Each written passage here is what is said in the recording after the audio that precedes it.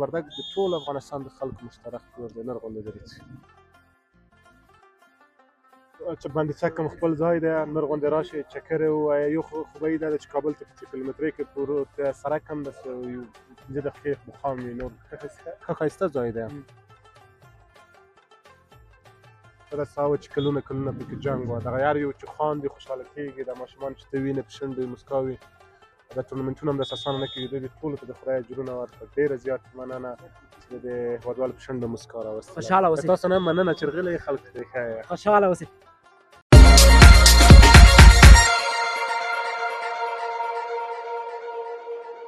دوستانو په باندې چک سیمه کې پایلوبې ته چې د شاهین بدلون او د صابون وردګ لوبغاړي دواړه ټیمونه وتې دي، نو ابراهیمي صاحب خو تاسو پېژنئ، دا هم راغلی دا پایلوبه ګوري. ابراهیمي صاحب لوبه ګورې خوند درکوي؟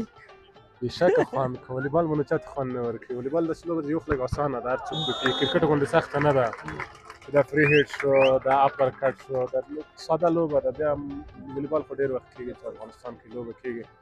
یا وردګ ټول پکې ماشاءالله تکړه دي. خو داسې ده چې په هر کلي کې والیبال کېږي. طبیعي ده چې چېرته والیبال وشي نو لوبغاړي هم ډېر وي، خلک زده کوي. خوشحاله اوسئ. ابراهیمي صاحب تاسو نن باندې چک ته راغلسئ او لوبه د نږدې څخه ګورئ. دغه دواړو کې کوم یو ستاسو د خوښې ټیم ده؟ شاهین بدلون یا صابون وردګ؟ اصلا ما والیبال خوښېږي، صابون مې هم خوښېږي، شاید بدلون خوښېږي. مشکل دلته څه دی ښه مثلا شپږ لوبغاړي دلته لوبه کوي، شپږ دلته تاسو فقط 2 نمونه خلک. ما ټول والیبال خوښېږي. شاید یو سرویس یو پکې ښه وکړه. نو تاسو هغه څوک خوښوئ چې لږ مشهور دي پکې، دا نه وینئ وروره. ټول والیبال هم خوښېږي. ابراهیمي صاحب چې راغلی دغه نفران هم ډېر وه، بس نظاره ګورې او موږ چې وایي ابراهیمي صاحب نو هلته دا مغه شاهید بدلون هم یادوو، صابون وردګ هم یادوو.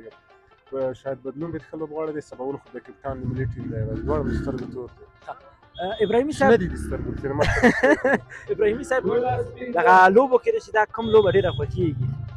والله وروره متفاوت وختونو کې رقم لوبې. یو وخت فوټبال ډېر زیات خوښېدله، بیا مې ډېر زیات وم کړله. بیا مې کرکټ خوښېده، اوس نو د والیبال شوقي شوی. والیبال شوقي شوی. والیبال کله هم کوئ که نه کوئ؟ اتفاقا د ورسته د شپې د 9 بجو نه هر جفت ورځ جمنازم بو کړی دی. ټوله کورنۍ والیبال کوي. درب دروبه مې کول. جمنازم کې مې پرون وکړ، تر اوسه پورې مې یو لاس خوږ شي. فوټبال ما تر ډېرې ساعتې پورې وقت دغه ولایتي ټیمونو ته تللی یم. هغه وخت مې فوټبال کړی دی، خو نور شی مې ډېر نه دی کړی. اوس نشئ کوئ نو اوس والیبال کوئ؟ اوس ته زوړ یم. دوست هم د ملګري ته وویل چې ایره کې سپین شوي، نو بس ختم. دا خبرې ورته مه کوه، ورته پوه شوې د وډار کړو ورته. هله اوس ابراهیمي صاحب ډېره مننه. اوله ځای مې لري مننه وکړه دغه دوستان نه چې د ټورنمنټ پلیر اچولی. والیبال خو کېږي، یو څوک دې وګټي څوک نه. په داسې هوا چې کلونه پکې جنګ وه، دغه هر یو چې خاندي خوشحاله کېږي، دا ماشومان چې ته وینې په شونډو یې موسکا وي. دا ټورنمنټونه هم داسې اسانه نه کېږي. دوی ټولو ته د خدای اجرونه ورکړه. ډېره زیاته مننه چې د هېوادوالو په شونډو موسکا راوستله. خوشحاله اوسئ. تاسو نه مننه چې غلي خلک پرې ښایي. چې باندې څکم خپل ځای دی، نر غونډې راشي چکر یې ووایه. یو خوبۍ دا ده چې کابل ته په کیلومترۍ کې پروت دی، سړک هم داسې یو 5 دقیقې مقام وي. نور ښه ښایسته ځای دی. در ځای نه چې غلي دي وردګ د ټول افغانستان د خلکو مشترک کور دی، نر غونډې درې. خوشحاله اوسئ. ابراهیمي صاحب پخوا چې ول د جنګونه ول، اوس الحمدلله امن راغلی ده، هر څوک درتلی شي دې وطن ته، بس موږ یې خدمت کې یو. بس موږ هم په خدمت کې دا یم، بیخي ډېر په خدمت کې ده. نوره غونډې راشئ وطن کې چکر یې ووایئ، والیبال نه خوند واخلئ، د اوبو نه، د چمن نه. طبیعي ده، ته به شرطونه ورته ښایي، دغه ښکلې فضا نه ټول خوند واخلئ. خوشحاله اوسئ ابراهیمي صاحب. تا سره څنګ کې نور ملګري هم بادري صاحب هم راغلی، د هغې سره هم بادري صاحب څه وکړي، یو څو خبرې ماشاءالله داسې ښه نرم غږېږي. زه به ورشم ابراهیمي. خوشحاله اوسئ.